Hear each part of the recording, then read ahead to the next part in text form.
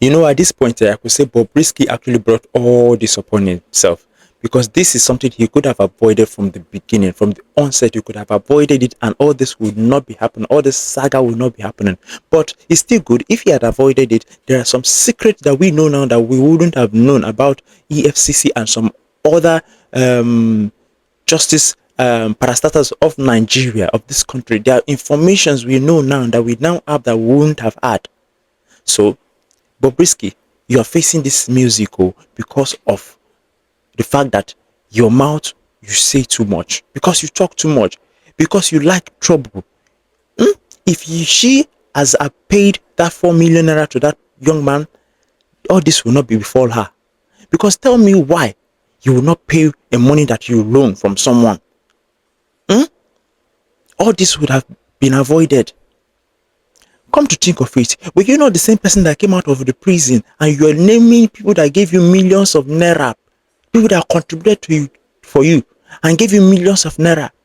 Even if you don't have any money left after you spend the 15 million naira, 15 million naira, all those people that has contributed money for you, couldn't you have paid back what you owe?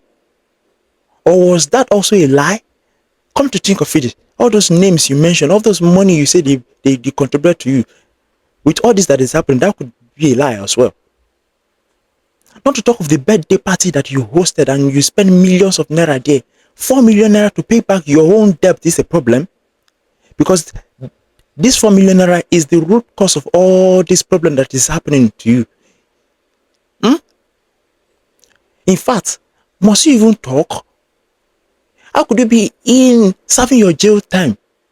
Though even if it is in an apartment, that could be serving your jail time and you're talking to someone over the phone about all the processes you made. Come on.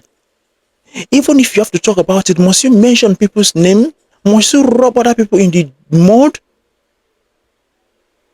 Come on. Now you put yourself for this matter. Now you put yourself, now you drag yourself for this one. And at this point, I have no pity, I have no remorse for all that is going on with you. Must you talk?